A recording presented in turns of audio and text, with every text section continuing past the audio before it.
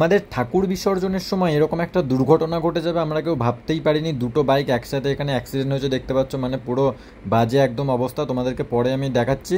But যে ভিডিওটা আমাদের পাড়ার আজকে বিসর্জন রয়েছে, তো সবার ফার্স্টে এই যে দেখতে পাচ্ছ তোমরা, মায়ের বরণ কিন্তু শুরু হয়ে গেছে আমাদের পাড়াতে। আমরা কিন্তু সবাই এই জিনিসটা লক্ষ্য করি, বিসর্জনের সময় মায়ের মূর্তির যে মুখটা সেটা কিন্তু আলাদাই হয়ে যায়। মণ্ডপের ভিতরে একটা সুন্দর জিনিস, এই ছোট্ট বাচ্চাটা কেমন বসে দেখছে, সবাই বরণ করছে, ও কিছু বুঝছেই না। যত বেলা এগোচ্ছে ভিড় তত বাড়ছে। আমরা শুরু করেছিলাম সকালে 11টা থেকে দেবীর বরণ, কিন্তু তখন কেউ আসেনি। 12টার পর থেকে সবাই মিলে একসাথে ভিড় জমাচ্ছে। সত্যি বলতে মনটা আমারও খুব খারাপ, কারণ আবার সেই 1 বছর পরে মাকে দেখতে পাবো। এই দিনগুলো আলাদাই একটা মজা। এই 5টা দিন আমরা কিন্তু সব কিছু ভুলে পূজা মণ্ডপে, পাড়ার প্যান্ডেলে প্যান্ডেলে ঘুরে বেড়াই, আলাদাই মজা।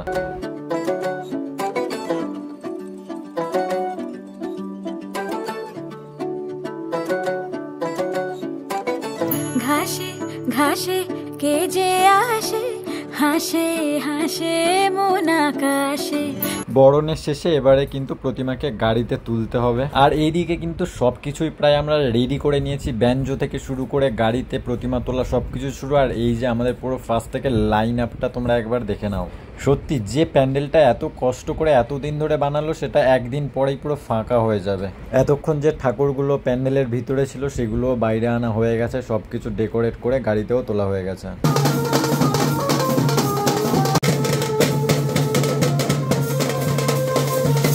আর কালীতলার বিসর্জন মানে আলাদাই একটা মজা হয় আমাদের পাড়ায়, কারণ ব্যঞ্জো থাকে, ডিজে থাকে, সব সেটআপই থাকে। আর সাথে আমাদের পাড়ার ছেলেরা মেয়েরা যখন একসাথে এই র্যালিতে বেরোয়, প্রসেশনে বেরোয়, আলাদাই রকমের মজা। এই দিনটাতে কিন্তু যার যত রকমের কাজ থাকুক না কেন, সবাই সবার কাজ ফেলে আমাদের এই বিসর্জনে আসবেই। আমাদের কালীতলার সকল যারা আশেপাশের লোকজন থাকে সবাই কিন্তু এই বিসর্জনে আসে সামিল হতে, কারণ এত মজা, এত নাচ গান এই বছরে একটা দিন বিসর্জন ছাড়া আর কোথায় বা পাবে।